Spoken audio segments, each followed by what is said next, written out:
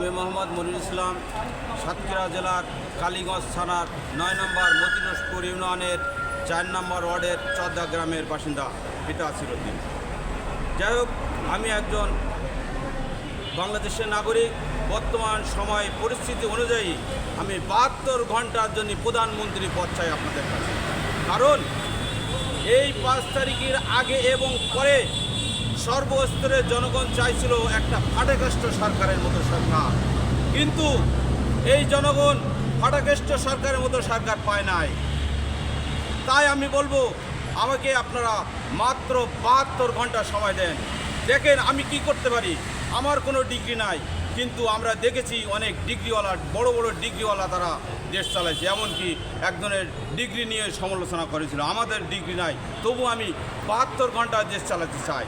কারণ এই বর্তমান পরিস্থিতি অনুযায়ী মানুষ বর্তমান অনেক অসহায়। ডাইনি হাহাকার, বামে হাহাকার, সামনে হাহাকার, পিছনে হাহাকার। আমি এই শুধুমাত্র এই হাহাকার কাটানোর জন্য, দুঃখী মানুষের মুখে হাসি ফোটানোর জন্য আমি ৭২ ঘন্টার জন্য প্রধানমন্ত্রী হতে চাই। সর্বপ্রথম আমি বলবো, বর্তমান পরিস্থিতি অনুযায়ী যে শ্রমিকরা যেভাবে আন্দোলন করছে তাদের পেটে ভাত নাই, এটা বাস্তবতা। চাকরি নাই, মানুষ খুব অসহায়। শুধু সেই দিকে তাকাই আমি ৭২ ঘন্টার জন্য প্রধানমন্ত্রী হতে চাই। শুধুমাত্র আপনারা জনগণ আমরা যদি সমর্থন করেন, আমি ৭২ ঘন্টার মধ্যে আমি রাজ্যের এক কাপ চা পর্যন্ত আমি খাবো না। কারণ আমরা শুনতে পাই এই কয়েক মাসের মধ্যে এত কোটি কোটি টাকা নাকি তাদের অ্যাকাউন্টে জমে। সেটা শুধু আমার বাস্তবে অনুভব করার জন্য, বাস্তবে দেখার জন্য আমি বুঝতে চাই। কারণ আজকে আমরা অনেক অসহায়। আজকে সবাই দেখা যায় প্রধানমন্ত্রী দেশে, একটা রিক্সাওয়ালাও প্রধানমন্ত্রী, ওই একদম বাইকওয়ালাও প্রধানমন্ত্রী।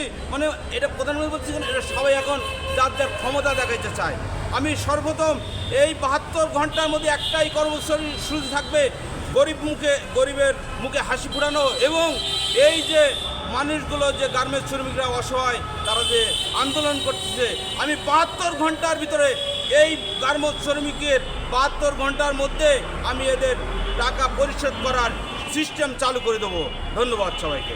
৭২ ঘন্টায় আপনি কিভাবে করবেন? ডক্টর ইউনূস যেখানে